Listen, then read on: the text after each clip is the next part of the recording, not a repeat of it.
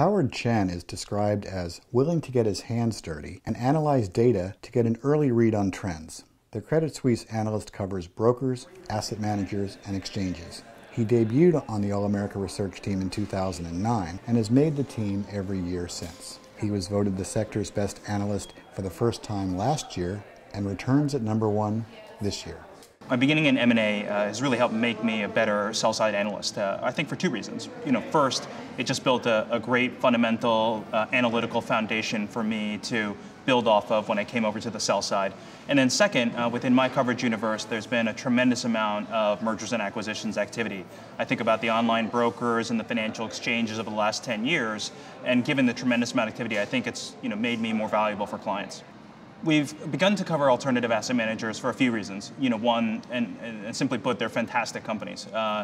Two, we think they're really, really strong management teams as well. And so it's just a lot of fun to cover them. In addition to that, I think it makes me, a better brokers analyst, makes me better on exchanges and the other sleeves of our coverage universe.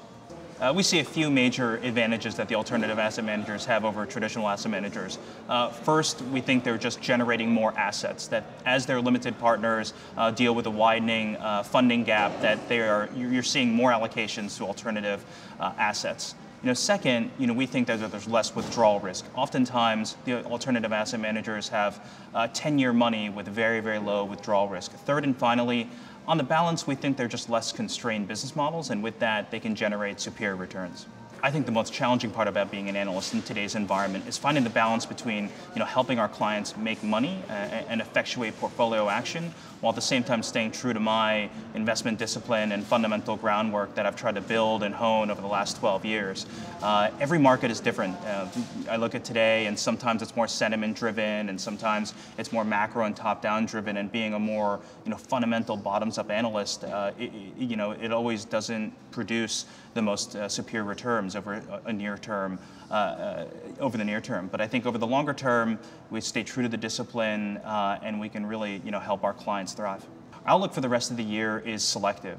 Within the brokers and exchanges and asset managers, the average stock is up 35% year to date after having a phenomenal run in 2012 as well.